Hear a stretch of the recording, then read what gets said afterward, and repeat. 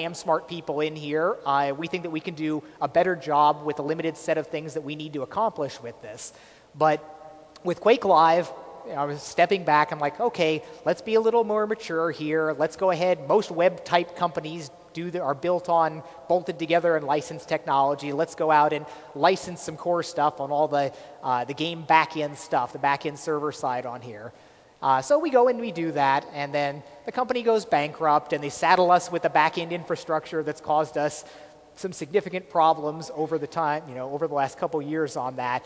And that's pretty unfortunate, but we're most of the way towards almost redoing almost everything that kind of came in as part of that.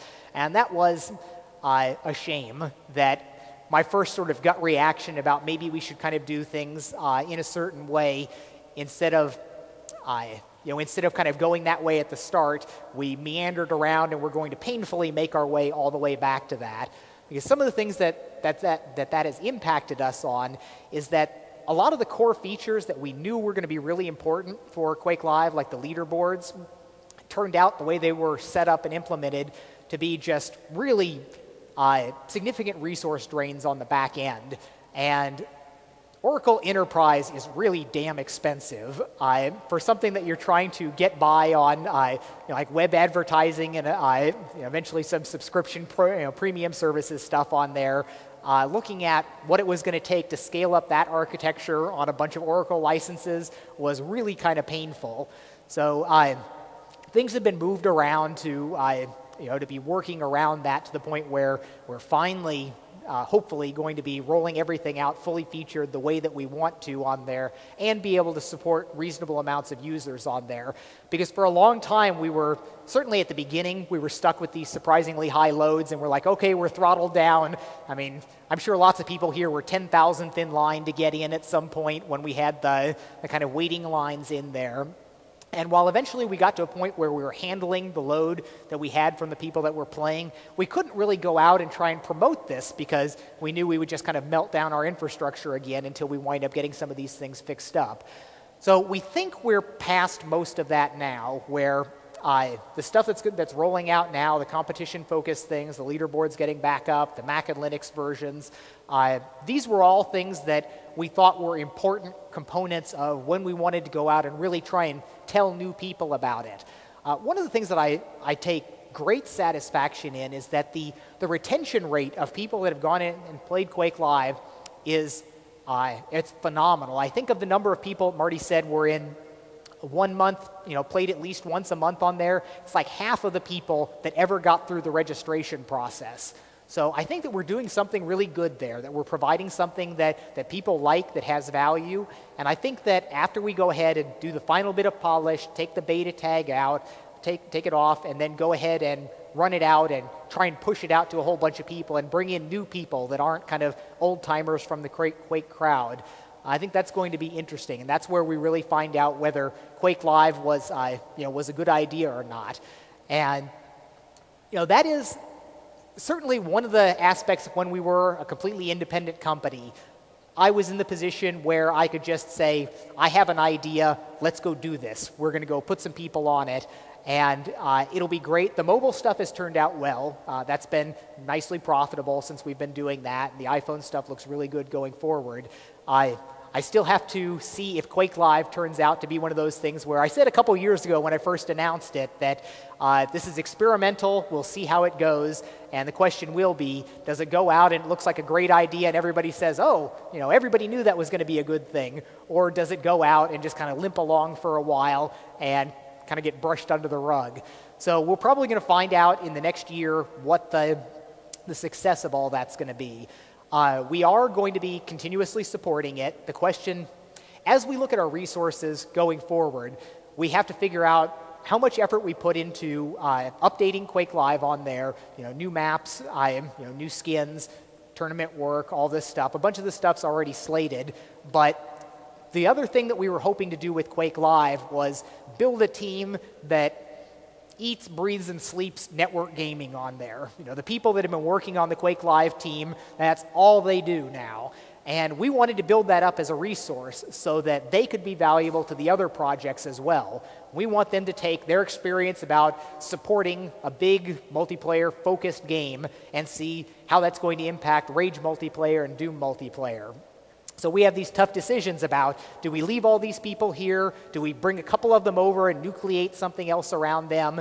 Because the grand development plan is we get those people, they start working with id Tech 5 on Rage and Doom, and then we slowly grow the third team around them to be, whether it's Wolfenstein or Quake or whatever we choose to do next on there. So kind of managing this movement and growth of resources there. And we won't know how that, again, how it turns out until the coming year. We see how the people work on the Rage team on there, bringing in some potential additional outside people for working on that. And those are still kind of the hand-waving standpoint of we'll see what happens with all that. But from a quality standpoint, it is interesting to look at what Quake Live turned out to be, and it is grander and flashier and nicer than my original kind of vision pitch. And that is the difference between when you take the great media people, the artists, the graphic designers, and the level designers that build the things and pull it all together on there, when I look at the original idea on here, I close my eyes and it's like, okay, let's bolt Quake Arena inside a browser and do some webby stuff around it. And I'm like, we can do this in 6 months. And it didn't quite work out that way, but it's a better project for it. When you look at the whole thing now with everything that's on it, it's pretty damn good, and I'm very proud of how it looks there. And it's everything that I would have expected it to be and a lot more. It just took 3 times as long to get to this point as I had hoped on the original one. So we'll see whether whether the history of all this plays out. But I think that one way or the other, I would be shocked if I very much expect there to be QuakeLive.com games going on many, many, many years from now. You can't have something that so many people like that you can't find a good use for. And I think that we've got something that clearly a bunch of people really like already, and I think that we're going to be able to find some way to do something really cool with this.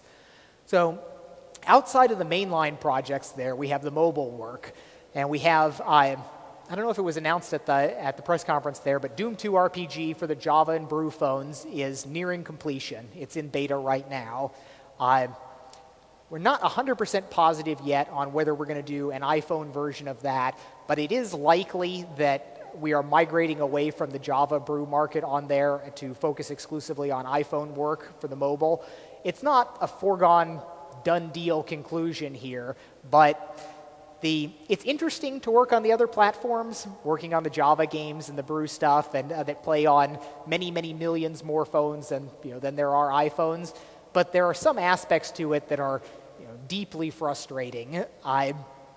We have like Wolfenstein 3D or Wolfenstein RPG on here. The original version that was done for the Java Brew stuff on there, I think we got them up to like 1.5 meg.